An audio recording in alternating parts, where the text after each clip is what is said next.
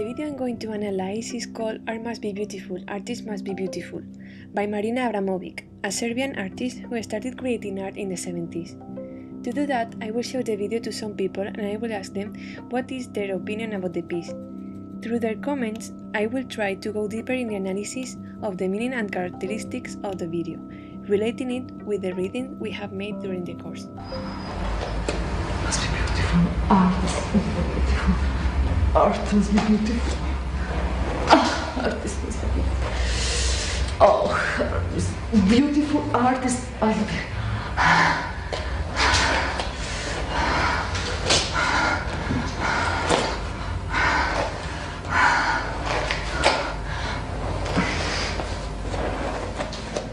The video, I think, is a comment on the expectation of women to be beautiful and the expectation of art to be beautiful. I think Kant was a big advocate that art must be beautiful, and I think that that's something that people struggle with when asking themselves what is art and what is enjoyable for other people, what is stimulating for other people. Women have always had a big role in inspiring art, and I think that the two have experienced a similar path in their social expectations, and I actually like that Marina Abramovic is challenging that. I think the video is a reflection about the rupture with the art tradition and also about the role women have had in art history. They have been represented under the male gaze as object of desire and delight. They have always had to be beautiful to find a place in the art scene. She's making a statement against that. She wants to break with art history and prove that art doesn't have to follow the previous preconceptions. She's claiming a change with feminist connotation. I don't think that's narcissistic at all, because I feel like it's her being an artist, that's her performance. I would say there's a degree of narcissism in the piece, but I think all art is a little narcissistic. All artists are, I think. I think it's just like part of the territory. So I think saying it's narcissistic would sort of be not understanding or not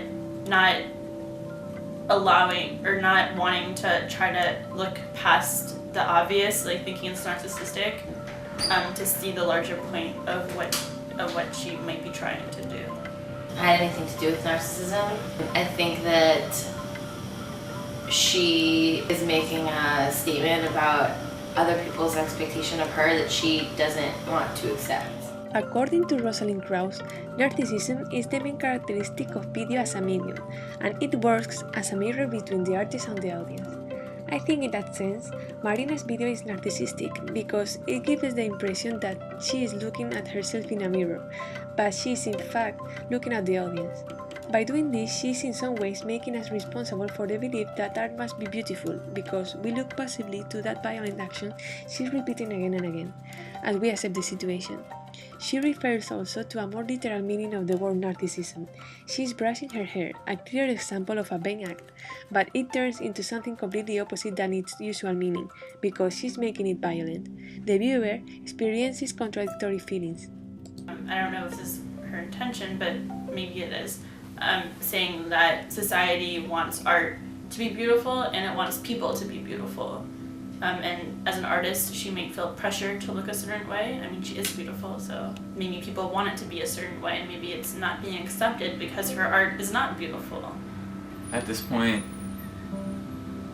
a piece like this functions better as like an anthropological artifact of what was happening with art in the mid-70s versus a functional piece of art.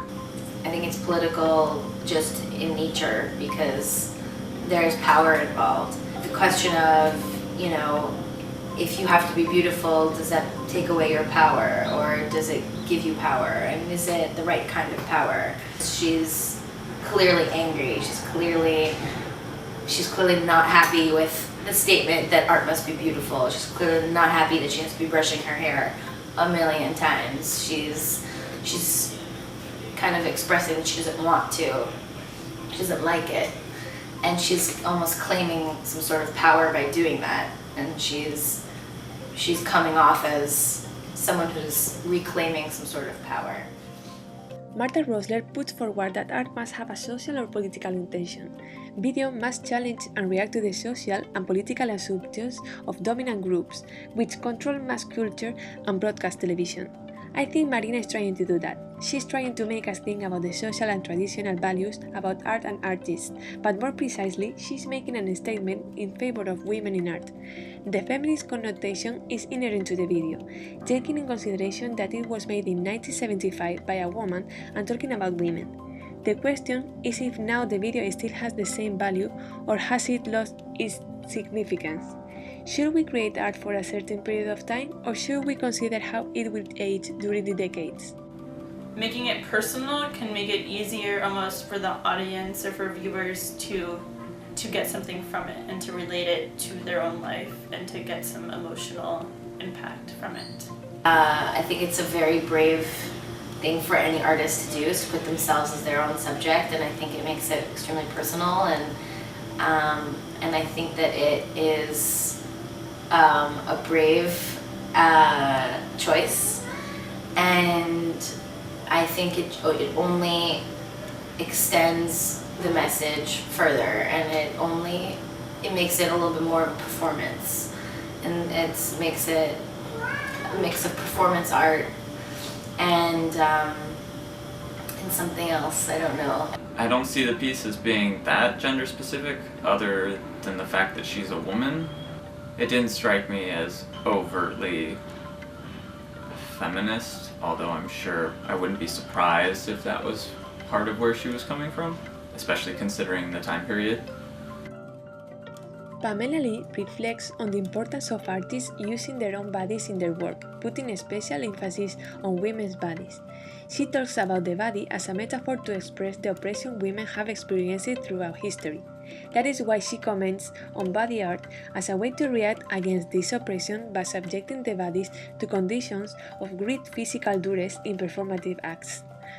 Foucault's term biopolitical is also important related to this issue, understood as a reminiscence of Victorian society in which sex and sexuality were censored and denied to women. Marina is clearly supporting Lee's thought by using her own body to create her performative piece.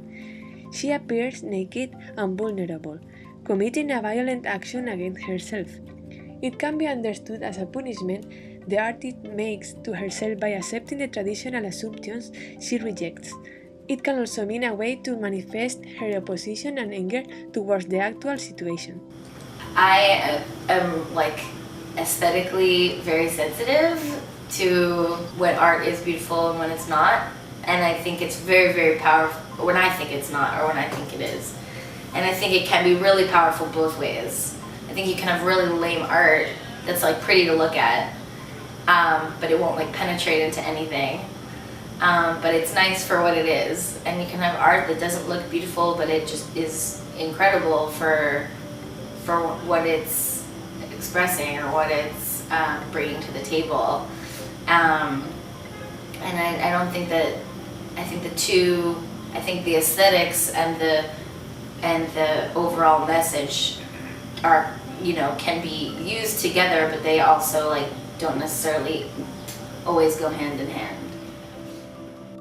The issue if art must be or must not be beautiful is a recent discussion. There is still a big part of the audience that consider beauty as an indispensable requirement to consider a piece as art. Arthur C. Tanto states that to make a beautiful piece is a choice of the artist. The reason to make a beautiful piece is based on the idea that this beauty contributes to the meaning of the piece. Being beautiful must serve a specific intention. This is what he called internal beauty. This new concept started with the Dadaists, who rejected the idea of beauty as a way to not subject their work to the tastes of the dominant class. It is from this moment when artists deliberately decided to create anti-aesthetic art. I personally believe that art doesn't have to be beautiful now, but I understand that this is the result of a long tradition and a natural evolution.